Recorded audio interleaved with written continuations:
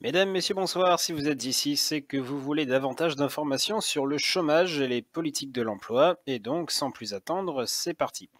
Partons du principe que si vous regardez cette vidéo, c'est que vous êtes au point concernant les concepts du chapitre 5 en lien avec le marché du travail, du type demande de travail ou offre de travail.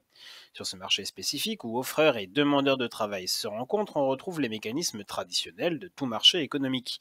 On peut donc, comme sur tout marché, rencontrer des situations de déséquilibre et la principale de ces situations est le chômage. Ah, ça, c'est moins drôle. Augmentation ce mois-ci encore du chômage en Alsace. Ce sujet du chômage fait fréquemment la une de l'actualité grand public et constitue un élément d'analyse économique de premier plan. Compte tenu des enjeux économiques et électoraux que constitue la situation sur le marché du travail, les pouvoirs publics montent donc régulièrement au créneau sur ce point. C'est donc pour mieux comprendre ce qu'il en est exactement que nous devons étudier ce phénomène du chômage en donnant sa définition et ses méthodes de calcul, en analysant les différentes formes de chômage pouvant exister, en analysant ses causes et en regardant quelles réponses politiques les pouvoirs publics peuvent apporter pour solutionner les problèmes liés au chômage et à ses conséquences. Excusez-moi, j'avoue que je suis un peu perdu, j'essaie de comprendre, mais... Commençons par le commencement. Pour bien parler du chômage, encore faut-il savoir ce que c'est, et à ce titre, c'est le Bureau international du travail qui répond à cette question avec une définition internationale du chômage. On parle ainsi de chômage pour évoquer la situation de toute personne en âge de travailler, c'est-à-dire ayant plus de 15 ans, étant sans emploi, à la recherche active d'un emploi et étant disponible dans les 15 jours pour occuper un poste. Il ne faut donc pas avoir travaillé du tout sur la semaine de l'analyse pour être considéré comme chômeur, et être en recherche effective d'emploi ou en avoir trouvé un commençant dans les 15 jours suivant la période de calcul du chômage. L'avantage de cette définition est qu'elle est reprise par les instituts statistiques de l'immense majorité des pays, ce qui permet de faire des comparaisons internationales cohérentes entre les différents États. Habile. Une fois cette définition bien établie, il est possible de calculer un taux de chômage. Pour ce faire, rien de plus simple, il suffit de déterminer combien de personnes actives, au sens économique du terme, remplissent simultanément tous les critères pour être considérées comme étant au chômage. La formule nombre de chômeurs divisé par population active, le tout multiplié par 100, permet donc de calculer le taux de chômage au sein d'une population.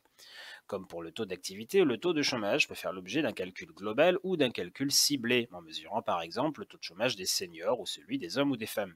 On peut également le calculer soit au niveau national, soit au niveau régional. C'est mathématique. Si ce calcul s'avère fiable et constitue un outil d'analyse économique efficace, il faut cependant noter que les définitions du chômage et du taux de chômage présentent certaines limites. En effet, certaines situations concrètes se trouvent à la frontière des critères posés par le Bureau international du travail, de telle sorte qu'il est difficile de catégoriser certains individus dans la catégorie des chômeurs ou dans celle des actifs occupés. Tel est par exemple le cas de l'étudiant, traditionnellement inactif, mais occupant un poste de salarié à temps très partiel pour arrondir ses fins de mois. Idem pour les chômeurs découragés qui sont objectivement des chômeurs mais ne remplissent pas réellement les conditions de recherche active de poste pour être effectivement considérés comme des chômeurs. Plusieurs autres outils économiques doivent donc simultanément être étudiés, notamment le taux d'emploi, mesurant le pourcentage de personnes en âge de travailler occupant effectivement un emploi, afin de se faire une idée plus précise de la situation exacte du marché du travail dans un pays ou une région à un instant T. Ceci étant souligné, plusieurs précisions peuvent être apportées à la définition du chômage. Et à l'intérieur de cette catégorie, il y a même des sous-catégories. Tout d'abord, on peut évoquer le chômage frictionnel. À titre individuel, il s'agit d'une situation normale dans laquelle se retrouve un chômeur qui change de travail ou qui cherche son premier emploi et qui a nécessairement besoin d'un petit peu de temps pour se faire. Au niveau global, il y a donc toujours, même dans une économie prospère, un certain nombre de personnes à la recherche d'un premier ou d'un nouvel emploi. Le chômage frictionnel évoque donc un taux de chômage incompressible entre 3 et 5 environ. On peut également parler du chômage volontaire. Certaines personnes pourraient trouver un emploi sur le marché du travail, mais refusent de travailler aux conditions du marché, en jugeant par exemple que le salaire qu'on leur propose n'est pas assez élevé.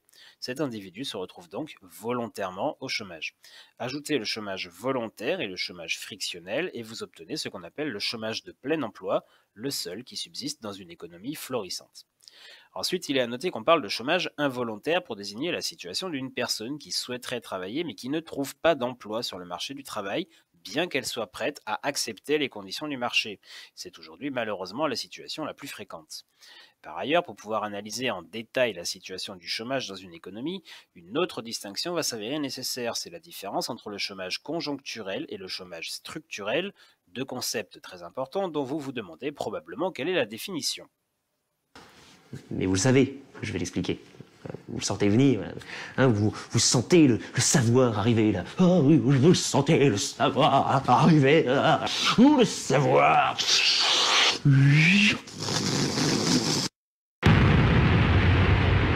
C'est parti, accrochez-vous parce que là c'est plus de la rigolade. On rentre dans le complexe.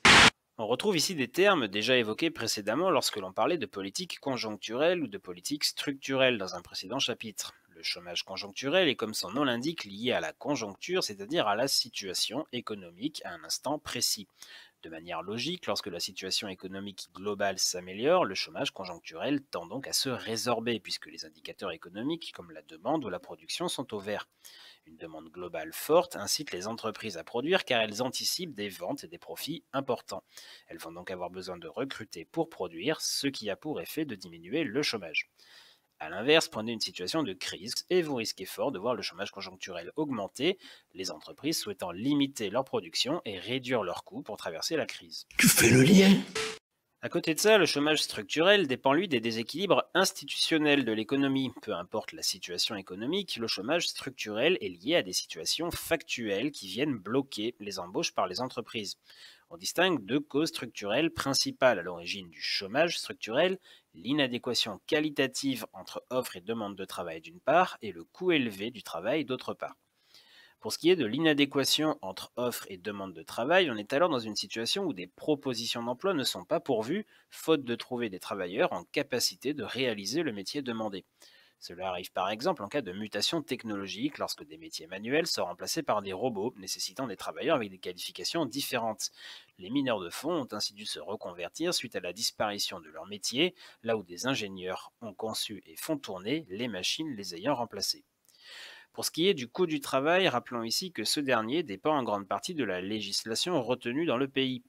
Un niveau de charge patronale élevé ou un salaire minimum important peuvent ainsi dissuader certains employeurs potentiels de recruter des salariés dont ils auraient pourtant besoin, ou peut amener des entreprises à délocaliser leur production vers d'autres pays où la main-d'œuvre est moins chère, ce qui génère du chômage en France.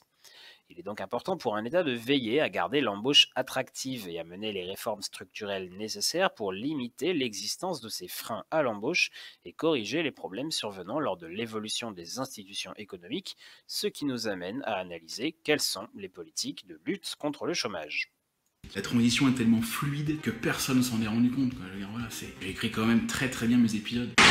Pour lutter contre le chômage structurel, un État va ainsi mettre en place deux types de politiques, des politiques actives de l'emploi et des politiques passives. On parlera de politique active lorsque le but de la politique en question est d'agir directement sur le niveau de chômage dans le pays et ainsi faire fléchir le taux de chômage. Tel est par exemple le cas des politiques nationales de formation, permettant de favoriser l'employabilité des chercheurs d'emploi, notamment les moins qualifiés. Rendre des gens plus compétents professionnellement a pour but d'augmenter leur capacité à trouver un travail et donc doit permettre de réduire le chômage lié à l'inadéquation entre offre et demande de travail.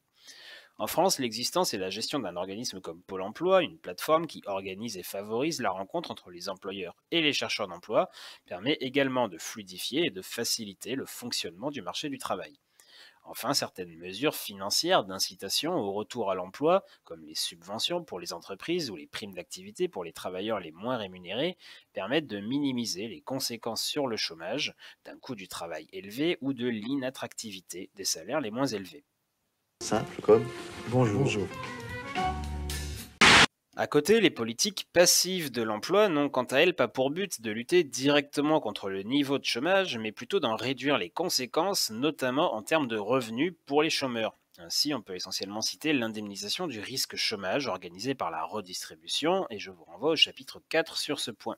En permettant aux chômeurs de bénéficier d'allocations et donc d'un revenu, on soutient sa capacité à consommer et on limite la pauvreté qui pourrait découler du chômage sans pour autant agir directement sur le niveau de chômage dans le pays. Enfin, pour ce qui est de la lutte contre le chômage conjoncturel, rappelons ici qu'il est du rôle de l'État d'intervenir sur les marchés pour en corriger les déséquilibres.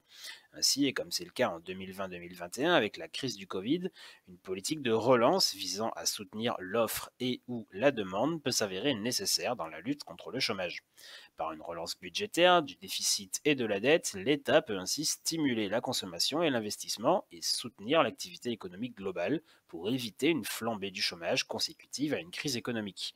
Par ailleurs, rappelons que la Banque centrale européenne met aujourd'hui en œuvre une politique monétaire très favorable, avec un taux directeur très bas, destiné à soutenir, là encore, consommation et investissement, ce qui, là aussi, doit diminuer les risques d'une explosion du chômage en période de crise. C'est la caca, c'est la cata, c'est la catastrophe.